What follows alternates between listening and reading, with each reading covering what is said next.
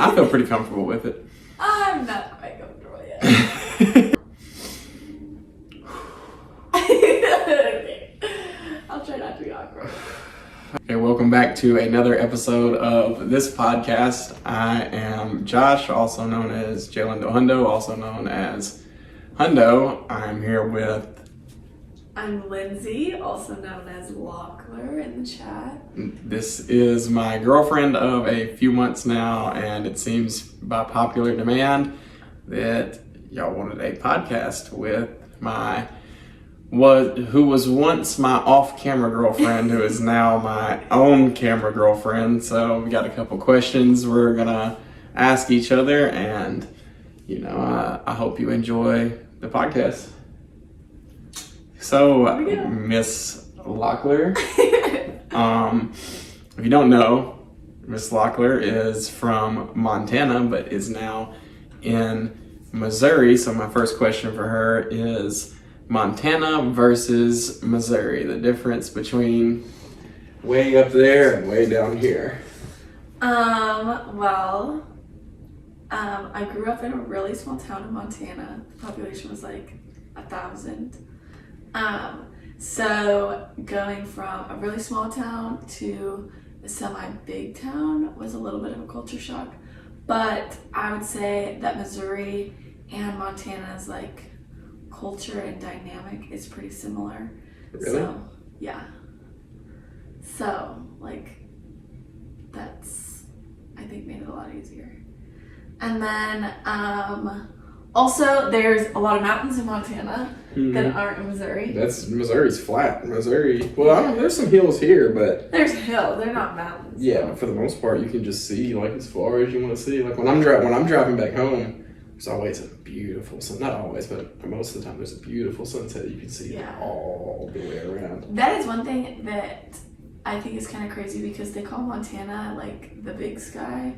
But, like, when you go to places like here, it's all flat, and I feel like the sky's bigger than with the mountains. Why do they call it the big sky, then? I have no Maybe idea. if you're on top of the mountain, the sky looks really big. Yeah. But, yeah. I do notice, like, when I go home and train for gymnastics, the elevation makes it a lot harder to work out in Montana. Now that I'm used to, like, being lower in elevation. And the accents, too, right? I mean, we don't really... I feel like we talk like the people on TV. Like, I feel like you have more of an accent than I do. Right, but Missouri, they have accents here. They have my accent, basically. Yeah. I didn't start saying y'all until I moved down here. So everyone says y'all, and then I just kind of... It's usually y'all. Everybody says y'all. We say you guys. Which is way more formal and more... It's a northern thing. Yeah, but we don't say, like, sir, ma'am... Like, really? Nope.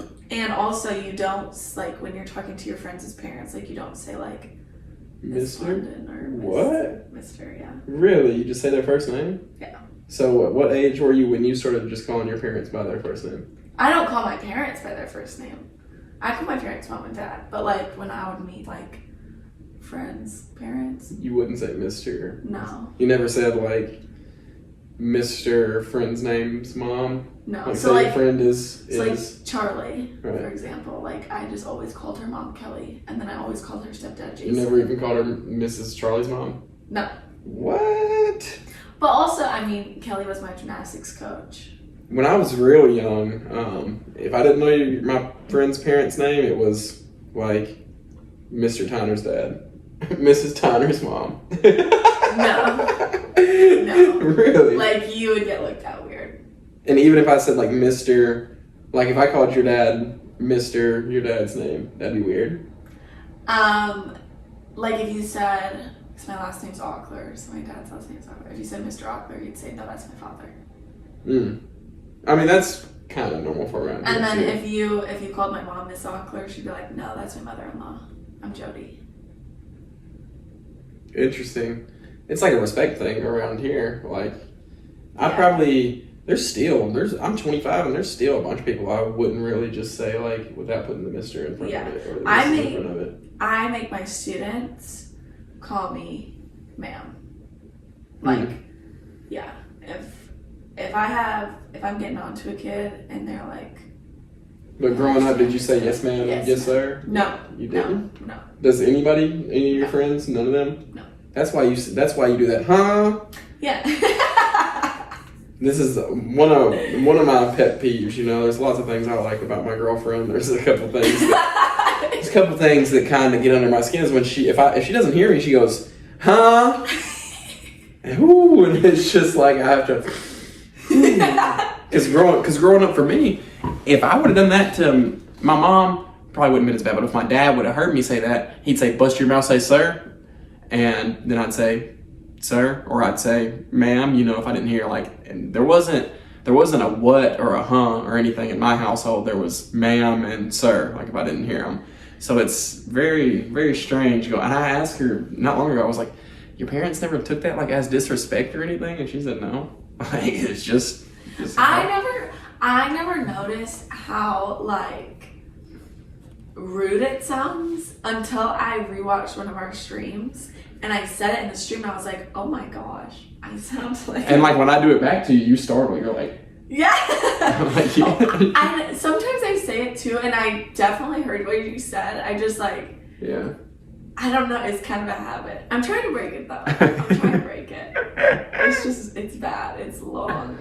So what's the biggest difference you've noticed between Montana and Missouri? My hometown was very much community based, do everything for the community, and I don't see that as much as the town that I live in here. Yeah, it's bigger here. And even in my town's small and it's not real. I mean, it is kind of community based. High school football gets everybody going, like the high school sports, but other than that, didn't really feel like that. See, like our high school, like there would be like all sorts of things to support the high school, and we would have like a bunch of different things always at the high school.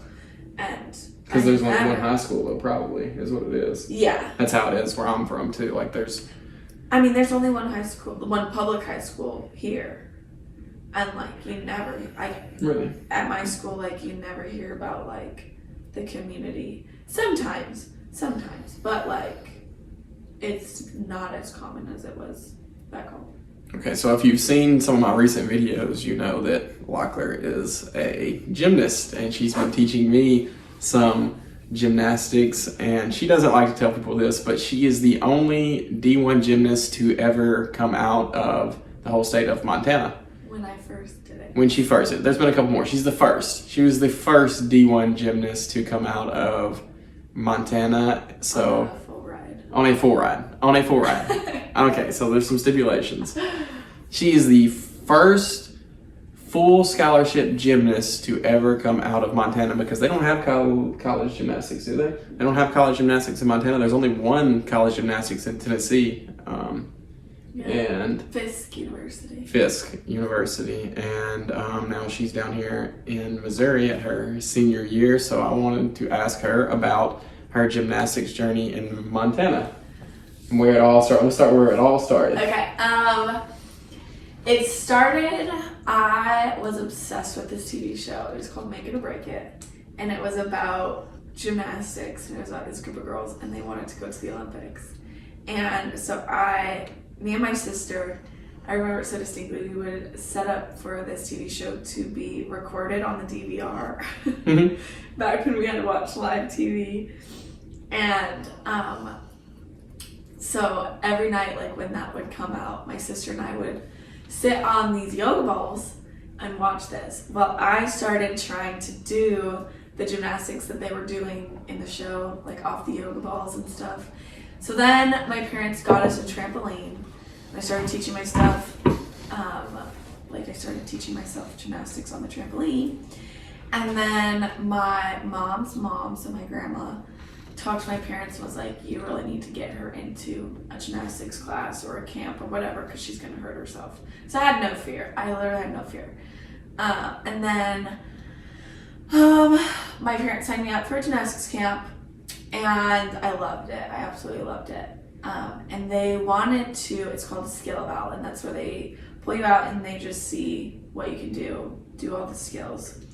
And then they place you in what level of gymnastics you would best start at. And my parents said no. My first camp that I did, they were like, no, can't afford that. Like, because I lived 30, 45 minutes away from the gym. And so they were like, we can't do that. We can't take her. I was 9 at the time, so I was still in grade school. And so they were like, we can't pick you up from school and then take you to the gym. Well, then the next summer I did another gymnastics camp, and my very close gymnastics coach, her name was Angie, she pulled me aside at the camp and just skill about me and just did it kind of without my parents' permission, I guess. I mean, like, they kind of knew, but they didn't say, like, yes, for sure. And so it was the last day of camp, and Angie pulled me aside. She did my skill about, and they said that I would be best at a level 4. And so, which gymnastics levels, it's 1 through 10. 10's the highest, 1's the lowest. And so I would start at 4. And also with gymnastics, like, if you're going to be successful at all, like, you need to start when you're like 4 or 5 years old, like mommy and me classes kind of thing. So I was old, and like, it was just kind of for fun. I started with practicing 3 days a week for 4 hours, so 12 hours a week. And then after my first year, and I did pretty good, honestly, that summer, I busted my butt and I was able to I skipped level 5, and then I went straight to level 6. But in that, there was like a switch. So what was level 7 was then now level 6. Like, every level that moved back. So technically I skipped 4 and 5. So if you think about it like that, does that make sense? So, then I did level 7 for a year, and then I skipped level 8, and I went level 9 my 7th grade year. That was probably one of my worst years ever, because... And how old were you? I was in 7th grade. I just did not... It was too big of a jump for me at the age that I was. I should have done level 8 instead of just going right to level 9. So then that next year I stayed level 9 for a year, and then so that was 8th grade year, and then my freshman year I went level 10, and that's the highest level that you can do, and I did level 10 from freshman year to senior year. And Did you ever want to quit during that time? Yes, it was my freshman year, first year level 10. Of high school. Yes. I had one state, and I went to regionals, and I had an okay regionals. It wasn't great, but I qualified to nationals, which were in Cincinnati. And I remember the week before nationals, I had written out a pros and cons list of why I should quit gymnastics. And there were more pros to quitting than cons. And I was like, after this nationals, I'm done. Like, there's a lot of girls that, like, once they get into high school, they just stop just because high school gets busy and whatnot. Mind you, I was also only going half days at school. Starting 8th grade, I only went half days. Wow. So I could be in the gym. I was practicing close to 35 hours a week. Wow. Yeah. That's more than I work. Yeah. I was working a full-time job as a 8th grader, and then high school was my, So what made you not quit if there were more pros? My parents wouldn't let me. First, your parents didn't want you to do it, and then they wouldn't let you quit. Yeah. Well, I mean, and that was when the talk of, like, college gymnastics had started too. And so then I think my parents started to realize, like, oh, like, she could get free college. Like, she could get her college paid for. So, yeah, and then my junior year is when I finally started talking to, like, schools and, like, being legit about it. I had 3 offers. the school I'm at now was one of them, and then there were 2 other schools. And I committed November of my junior year of high school and signed. And the rest is history. Now I'm here. And the rest is history. And then you were here, and you have a couple college accomplishments too. You want me to say this? Yeah. My freshman year of college, I won conference and I won nationals on bars. And then my sophomore year, I also won conference. My junior year, I was the first ever gymnast at my school to get a 10 on bars. So I hold the school record. Perfect score. Yep, 10 is the highest you can get. It's perfect.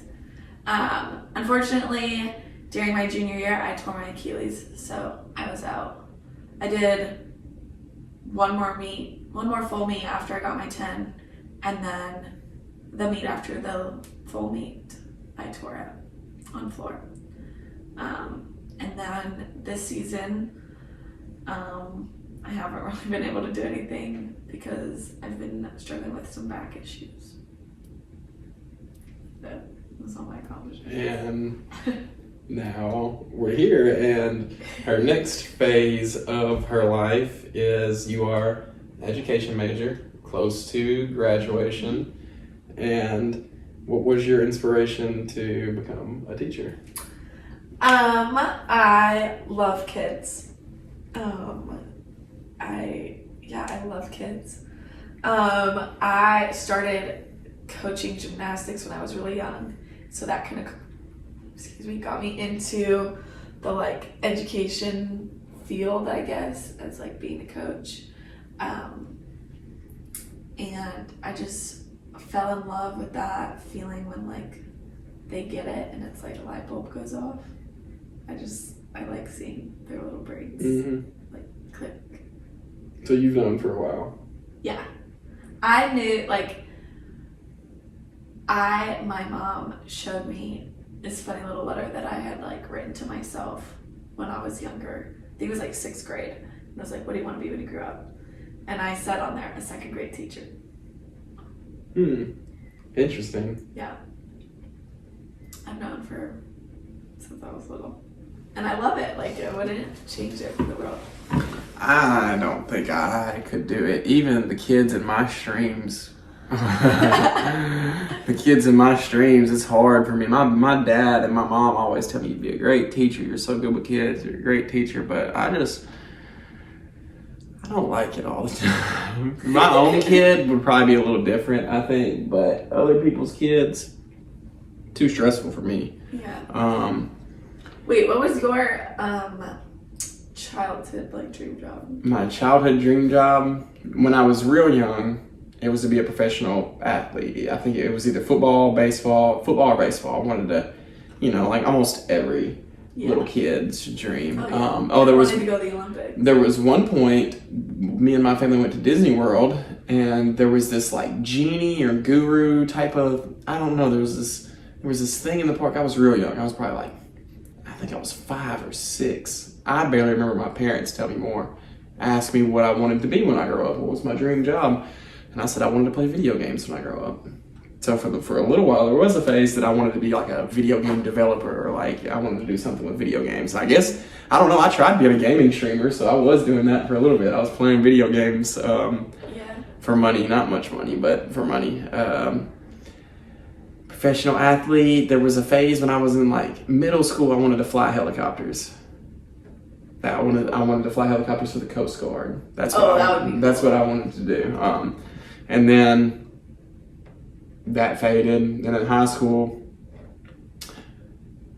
I think I said I was going to be a teacher and a coach in high school, and then that faded too. Then I got to college, and I was just there for a business degree. I didn't know what I wanted to do. I had no idea what I wanted to do. Now I barely know what I want to do when I grow up. I guess I definitely enjoy being a content creator. I enjoy working with my friends, hanging gutters, and I enjoy sales. Oh, I was a salesman for a little while too, right out of high school. That's what I did with my business degree. And I didn't really like the sale. I didn't like being in the sales world all the time, but I guess my dream was to be a streamer for a little while, but that played out too when I realized how stressful that is trying to do that, like a full-time job, trying to do that like 10 hours a day. My Lord, I can do it. I do it probably 3 to 5 hours a day now, but I don't want to sit in front of the camera that much every day. I think what I enjoy is not having one set thing that I do, not having a dream job, just having different ways that I can make money. Being creative, I love that. Having a community there for me. Working out, I thought about getting into, I'd probably start out with just getting one client, like one personal training client, and maybe even documenting their progress, seeing how far I can take them and seeing what they can do. One, because I enjoy that type of stuff. Two, you can make so much money training people. It's outrageous what people will pay for you to sit there and tell them to do stuff and show them how to do it. Yeah. When, honestly, the information's out there on the internet. I see 150 posts a day of, do this exercise to target 100% of your lat. Do this exercise to grow your lower abs. Like, it's all out there. You don't really need, but some people need somebody else to tell them, to motivate them and to tell them to do things. I think that's what makes me realize I could be the trainer. I'm not nearly as much as the trainee as I would be the trainer, because I don't really want that. Like, I'd much rather figure it out myself. I'd much rather run my head into the wall and realize, oh, that doesn't work. Let me try a different way. Instead of just trusting somebody saying, no, this is the best way. This is the best way. I'm a scientist, really. All that to be said, I'm a scientist. I experiment. I test things out for myself to see if they work. Well, some of my friends definitely know. They call me a free thinker. I test things out for myself. You can tell me, hey, like, that's not going to work. You can't do it like that. You can't do it like that. And I'll say, okay, I'm about to go try it and see if you're right. And they're like, I know it's not right. And then I go try it anyways. And a lot of times it doesn't work, but then I know for myself. But all that to say, my dream jobs were video games, professional athlete, helicopter pilot for the Coast Guard, teacher coach was a kind of a short-lived one, and then I was just in sales just because that's the only job I could get with my degree. Anything else you want to ask me before I move on? No, I can think of. Okay, so my next topic is about the internal clock. That it seems like, I talked to a guy in the gym about this the other day. I definitely feel it as a man, but I think women feel it more of, as you age a little bit, you get this internal ticking of, oh my God, I'm this age and I'm not married. Oh my God, I'm this age and I don't have kids. This friend had a kid, this friend got married. Do you feel that internal clock ticking? I can answer that for you. You want me to answer that for you? Yes. That internal clock is a ticking time bomb. Like, you feel like you feel like you are way too old for the stage you're in your life. Like, you should be married and have kids and all that by now. I don't know if, like, having kids, but, like, definitely, like, to the point of life where, like, yeah, like, okay, like, it's probably about time to get married and, like, think about having kids. Like, yes. But I think that's because, like, most of the people that I went to high school with, like, I could name 5 people that I went to high school with, girls, that are either on their 3rd kid or are getting married in the next year or are, like, about to be engaged because they've been in the same relationship since high school, or, like... Did they go to college? Yeah. One of my really good friends who you're going to meet this weekend, her and her boyfriend, which I knew her boyfriend when we were, like, babies. I used to beat them up. It's twins. I used to beat them up when we were younger. They're a year older than me. But her and her boyfriend have been together 8 years. And she just graduated college, and she's going to get her doctorate in psychology. So she's still going to school.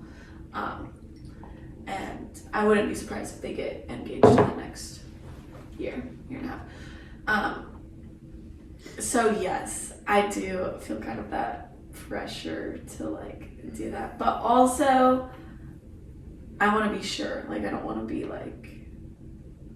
You don't want to be. I don't want to rush into it. I don't want to rush into it and then be like, oh, I just did this because everyone else is. Like it's not a trend. Like it's the rest of your life. Mm-hmm.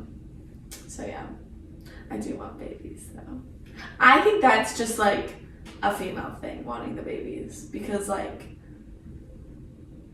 I'm at a prime time in my life to get pregnant. Like this is like the time that women get pregnant. Like this is like, you know what I mean? My mom had me at 38. Yes, like as a society we have pushed the age of like having children, but like physically our bodies, like what like your prime time in your body. Is it though? Yes. Let's look that up. Prime age for birth. I'm telling you, it's probably like 24, 25. You're 22. Yeah, so in the next 2 years. Okay. Between the late 20s and early 30s. Okay. So it's 26 to 30. Okay, so in the next 4 years. Okay. Sorry. That's the prime age, according to the first thing that pops up on Google, though. Like, I mean, yeah. I understand. I understand what you're saying. Because, like, the older you get and you have children, the harder it is for you to get your body back to normal. And also the harder it is to get pregnant. And, like, for some women, like, the later that you get in life and get pregnant, there's more complications that can happen with a baby. Like, women that get pregnant in their 40s have a significantly higher chance of giving birth to a baby with Down syndrome. Really? Yeah. Interesting. I feel that internal clock, too. Mine is because I doubt my brother is going to have kids. I'm the last out of everybody in my family, every London. I'm the last hope to carry on the London name. There are no other, unless my brother does it. I'm the last hope. So, and my parents had me old. Like I said, my mom had me at 38. My dad was 37. So yeah, I'm 25 now.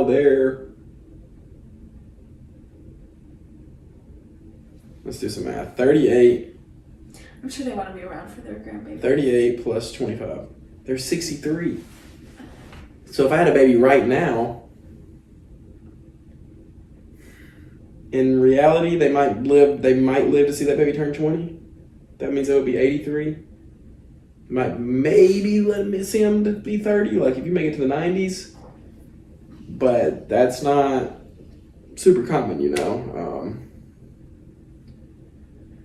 So I definitely feel it ticking a little bit too, but I have to remind myself that, yes, I would love to have a baby because of my parents, but it's not. The baby's not because of my parents, the baby's because of me. Yeah. And it's more important that I'm ready to have a child more than it is. Yeah. Yes. I think it's more important that the parents of the child are ready before. So I try not to let that eat with me too much. And I mean, I think I'll be able to have a kid if it comes down to it. Like if it's like, you know, I still don't want to have a kid just to have a kid. You know, I want it to be because I'm ready and because I found the right partner and we're stable and you know, that's why I want to do it. I'm ready to bring another life into this world. I don't think, and financially afford it. Yeah, but I mean, the government helps out with that type of stuff. Like they don't. Sometimes, yeah. If it comes down to it, I'll just quit my job to quit making all income, so the government will fund. I would almost join unemployment. Honestly, it almost seems like it's better to make no money and get unemployment than it is to make just enough to get by, you know. But I couldn't do it. Like I would go crazy just sitting around all day. Like especially probably being trapped in the house with kids. It's cheap, this is sitting around in the house with kids would drive me nuts. Mm-hmm. I need somewhere to go and go work and do things. Yeah. I don't think I could be a stay-at-home mom. So in conclusion, both of our internal clocks are ticking.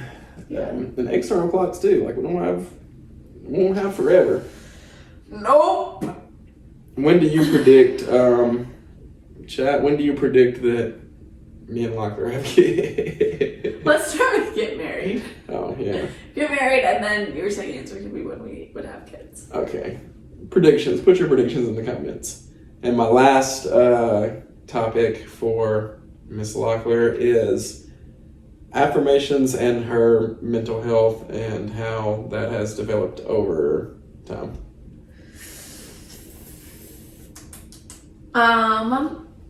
I knew about affirmations, and I had been told, that they were good for you and they help. But I didn't actually start doing them until I met Josh. And he put me on doing them every single day. Sometimes I forget. Sometimes I do forget. Which is normal. But I try to do them every day, and I do them in front of my mirror. Sometimes I do them just as I am strong, whatever, do my thing like that. And then sometimes I do it also I'm just talking to myself. I'm having a conversation with myself. I know I probably look crazy in the morning, looking at myself in the mirror and doing that, but I think having a conversation with myself and telling myself I'm proud of you, that kind of thing helps me more than just saying I am whatever. And then mental health. Do you want to know my journey? Whatever you want to share that? Okay. I have not always had the greatest mental health.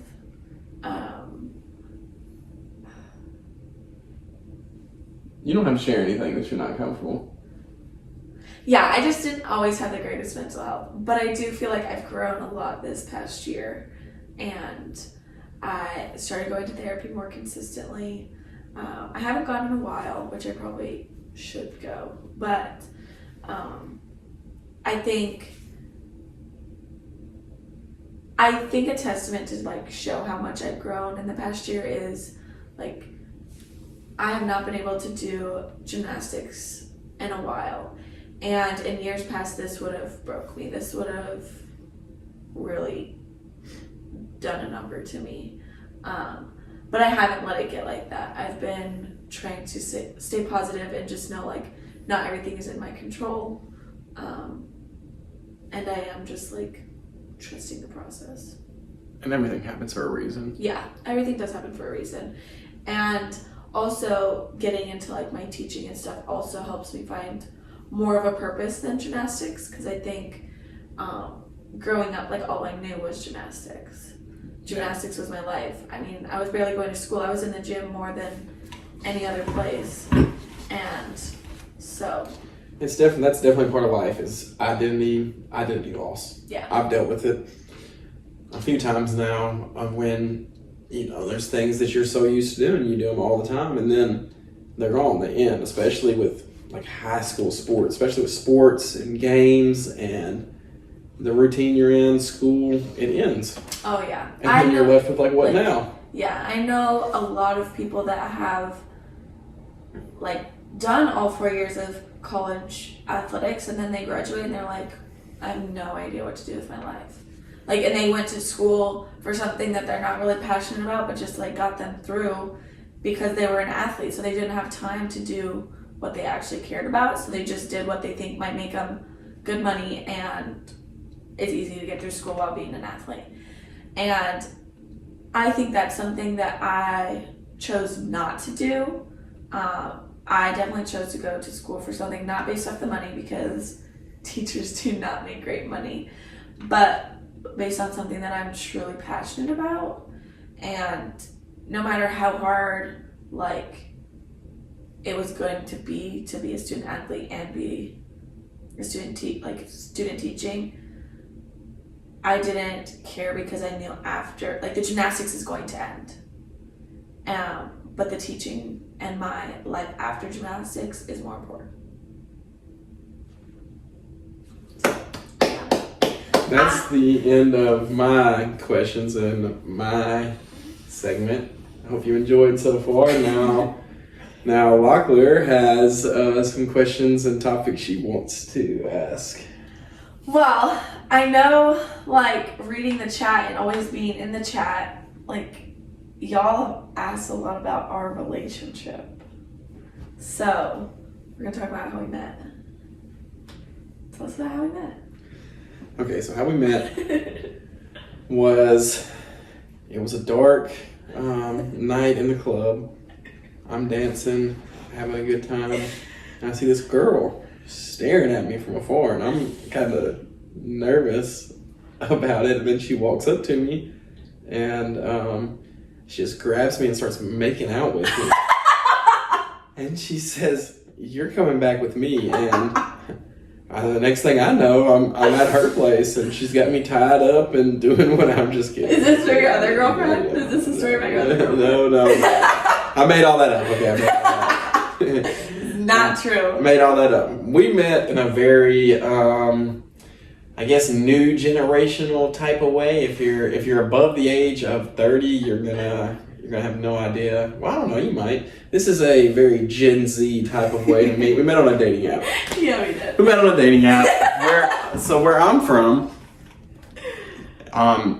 it's almost impossible to meet people in real life. Like, I have to drive 45 minutes to have fun, and then even that is like degenerate style fun. It's like bars and drinking and nasty stuff. And for the year before that, a full year before that, I was pretty much on a self-help journey, and I didn't really talk to girls. There might have been some, but nothing was serious. Nothing was like, and then I finally got myself to a point to where I was like, I think I'm ready for something real. And I looked up and I was like, how do I find that?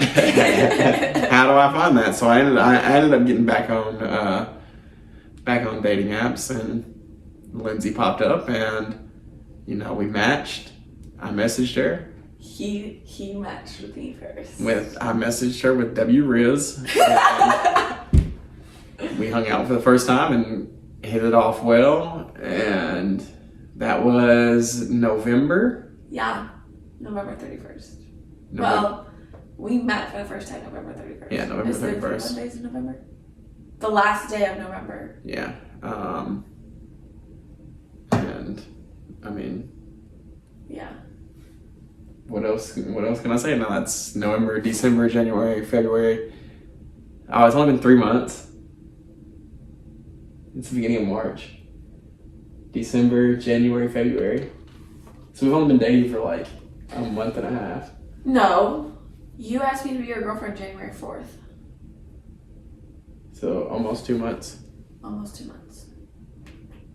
Almost 2 months. That's the most awkward stage in a relationship, and people are like, how long have you been dating? A month and a half. But is it a good sign or a bad sign to say it seems like way longer? I don't know, but I feel the same way. Like, yeah. It feels like it's been longer. Feels like it's been a long time. Feels like it's been 25 years. I know. I'm so tired of it. I wish you just put the toilet seat down. No, yesterday though, at Walmart we were definitely bickering like old married couple. Yeah, she was not taking care of the eggs. She was trying to put the eggs in a bag with other things. He put the eggs on top of the toilet paper, and then when I was pushing the cart, the eggs almost fell off the toilet paper. She was trying to put the eggs in the bag with other items. You don't do that. The eggs stay separate. With the bread, which you also have to be delicate with. So I feel like if you put two delicate things together in a bag, then it's fine. I don't think so. Okay, whatever. I don't think so. I think you separate them, but anyways. Anyways, enough about the grocery talk. I have another thing. Oh, what was your, first impression of me? Like, when we started texting, but then also, Okay, guys, wait. First, to preface, the first time that we hung out, we were texting, and then I was like, "What if I just drove down?" Yeah, we had plans for like the next weekend, but No, it's like 2 weekends. 2 weekends away. Because we had plans for like December 14th. I remember. And then I was like, "What if I just drove down now?" Okay, so what was my first impression? Yeah. When meeting you in person or Both. both? My first impression was that you liked my sense of humor off rip. Because I can't remember what I said. I said something goofy, and you went with it, and I was like, okay, she's not uptight, she's cool.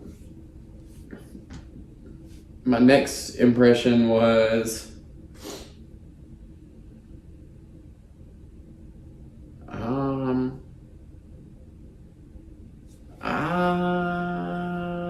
that you were honest. Yep, that was my next one. And when we were actually talking, you were like being honest with me.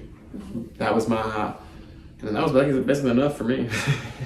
Sense of humor and honest, like I that's about all you can ask for. Yeah. And yeah, what about me? You were very funny. You like my accent too. I did like your accent. And one of the main things that actually made me match with you on the dating app was you had a video of you dancing in the car. And that's why I was like, it could be fun. So your sense of humor. And then when we met in person, kind of the fact that like you were nervous made me feel like okay, I'm nervous too, but he's nervous too also. It's like made me feel more comfortable. Relatable. Yeah. And then I liked you were very honest with me. And we talked for like 2 hours about everything. Yeah. When we first started talking, did you think that we would be dating and where we are now?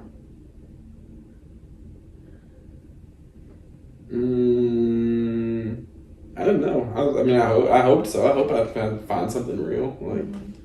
What did I think? Honestly, probably 50-50.